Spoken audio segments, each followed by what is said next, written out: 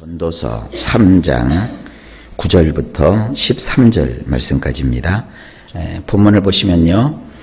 일하는 자가 그의 수고로 말미암아 무슨 이익이 있으랴. 원문은 이렇게 되어 있습니다. 행위자가 자기가 하는 그 노동에서 무슨 득을 본단 말인가. 사람이 노동을 하는 목적이 뭡니까? 득을 보기 위함이죠. 돈을 벌든지 어떤 자기 만족을 가지든지 어떤 보람을 가지고자 하는 것이죠. 우리가 이 세상을 살면서 뭔가 행위를 하지 않습니까? 어떤 그 행동을 하죠. 그런데 그 행동을 통해서 나는 이익을 보려고 한다고요.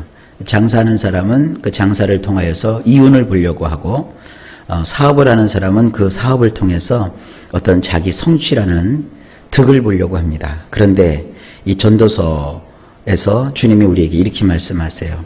그 행위자가 자기가 하는 그 노동에서 과연 무슨 덕을 볼 수 있겠냐 말이죠. 사실은 우리 인생이 이익을 보려고 하고 득을 보려고 애쓰고 힘쓰고 있지만 그것은 그렇게 큰 의미가 없는 것이다. 이걸 지정하고 계시는 거예요. 다음 구절을 볼까요? 10절을 보면 하나님이 인생들에게 노고를 주사 애쓰게 하신 것을 내가 보았노라. 원문이 이렇게 되어 있어요. 내가 살펴보니 그 수고라는 것은 엘로힘께서 사람의 아들들에게 주신 것이니 그것으로 괴롭게 하신 것이라. 아하. 우리가 애쓰고 힘쓰는 게 이 성경에 뭐라고 되어 있어요? 괴로움이라는 게 괴로움.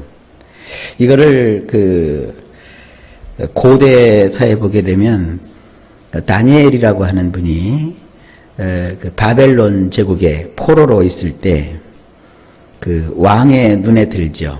그래서 그 왕이 다니엘을 자기 다음에 2인자로 세워요.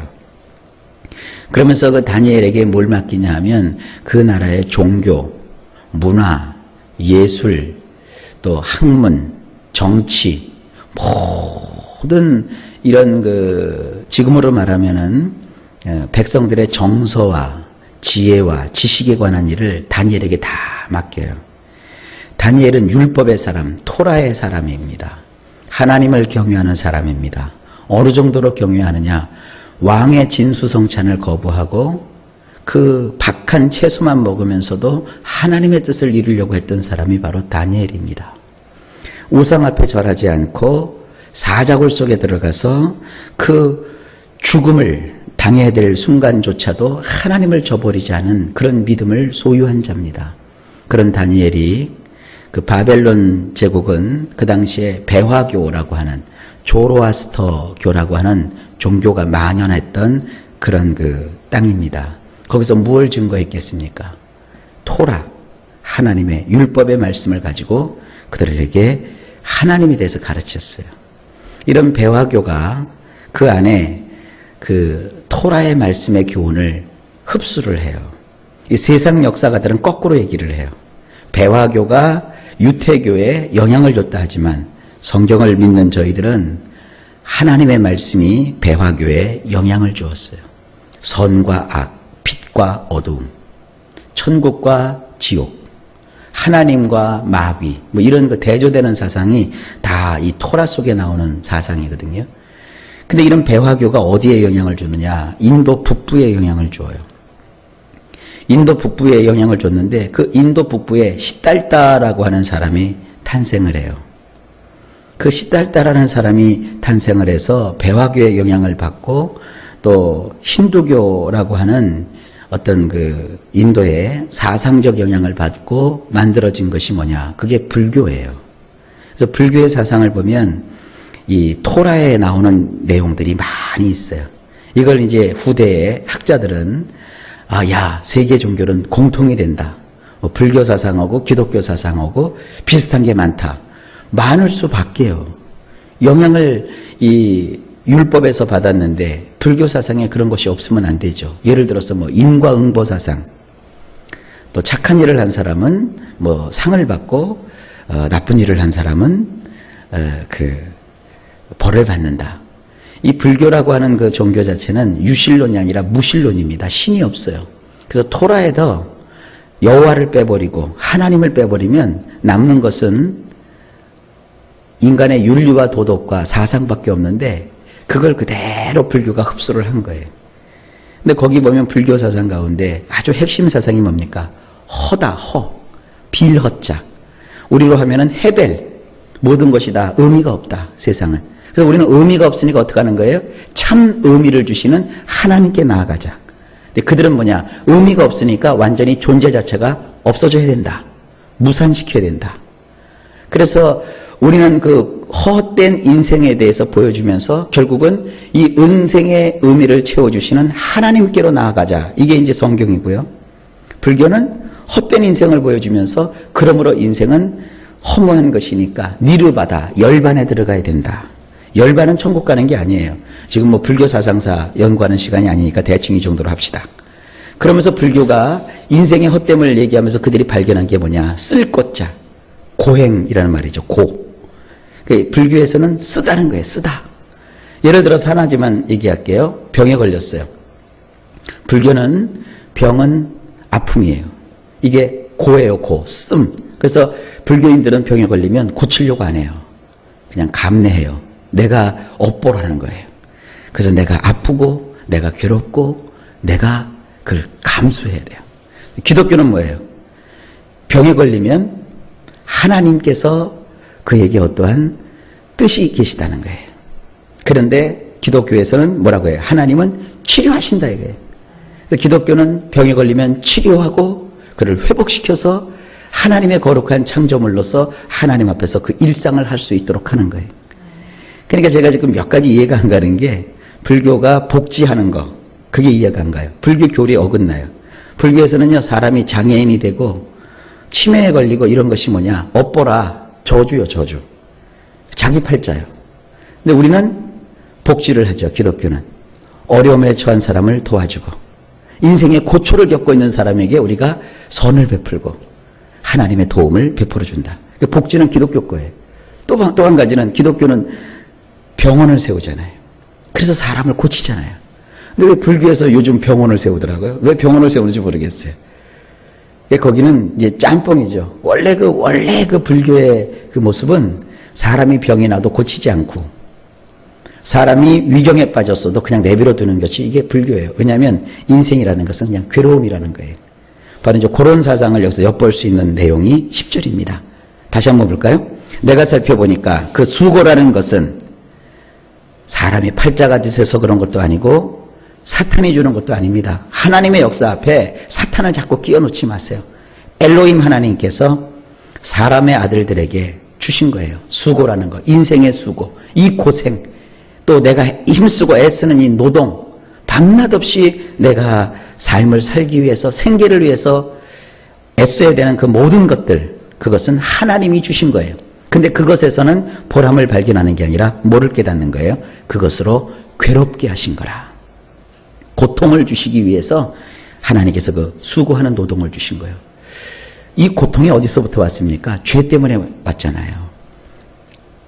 여자에게는 남편을 사모해야 되고 자식을 낳아야 되고 그리고 낳을 때도 그 고통이 있을 뿐만 아니라 잉피하는 고통, 입덧이죠, 입덧. 그리고 자식을 낳는 고통. 그리고 평생을 수고해야 되고 남자들은 가시와 엉겅퀴가 있으므로 땀을 흘려 수고하고 노력해야 될 그러한 벌을 주셨어요. 그게 바로 여기서 나오는 이 괴롭힘입니다. 자, 인생이 바로 이런 겁니다. 그 다음에 11절 보실까요? 하나님이 모든 것을 지으시되 때를 따라 아름답게 하셨고 또 사람들에게는 영혼을 사모하는 마음을 주셨느니라.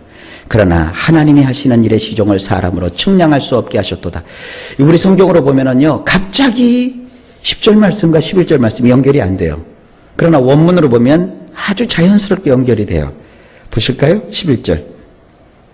그분이 만드신 그 모든 것은 때에 맞아야 아름다우며 또한 그분이 그들의 마음에 영원한 것을 주시긴 했지만 애써봤자 엘로힘께서 하시는 행동을 머리로부터 끝에 이르기까지 사람이 발견하지 못하게 하셨느니라.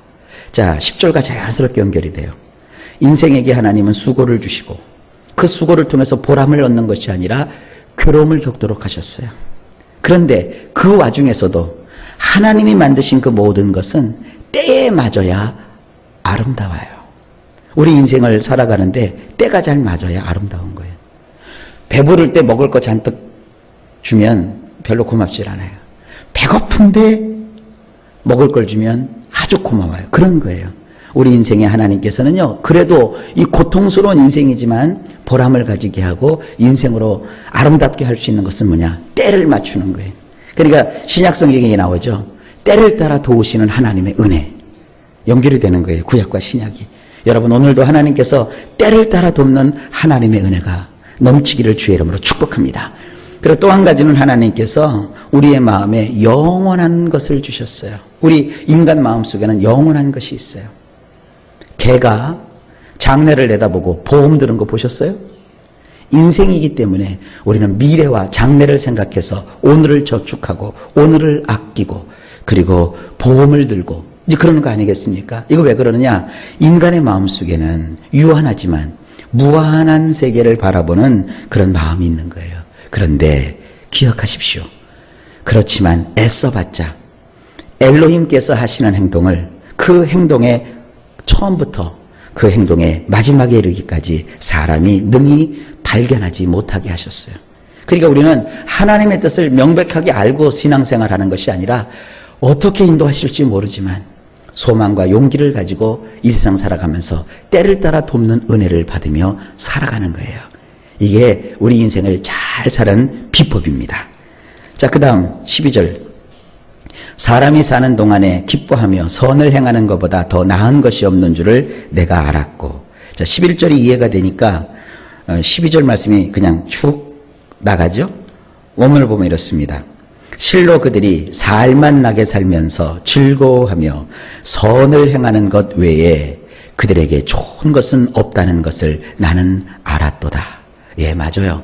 우리가 세상을 살 때 단 1분을 살더라도 하루를 살더라도 살맛나게 살아야죠. 어떤 사람이 중환자실에 누워서 오랫동안 병치를 했어요. 의사가 이제 당신의 인생은 몇 분 남지 않았습니다. 가족들을 다 의사가 들어오게 해서 그의 인종을 지켜보게 했어요.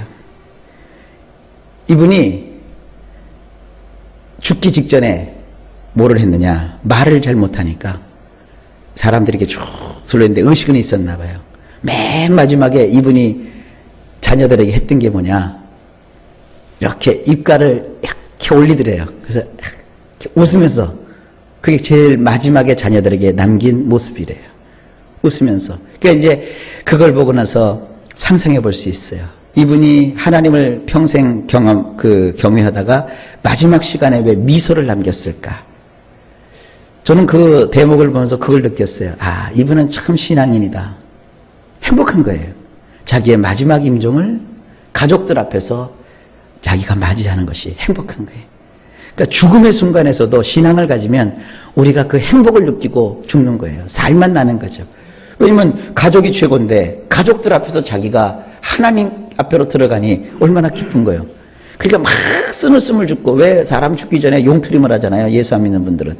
그러나 예수 믿는 사람은 말은 못해도 그 중환자실에 누워서 고생을 했어도 맨 마지막에 가족들에게 마지막 인상이 뭐냐, 약간의 이걸 시켜 올리는 미소를 짓고 가셨다는 거예요.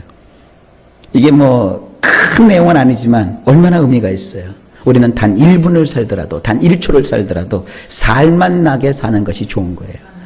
내 환경 속에서 자꾸 짜증을 내고 나는 언제나 피고 나는 뭐냐, 자 이러면 살맛 안 나요. 그건 인생 잘못 사시는 거예요.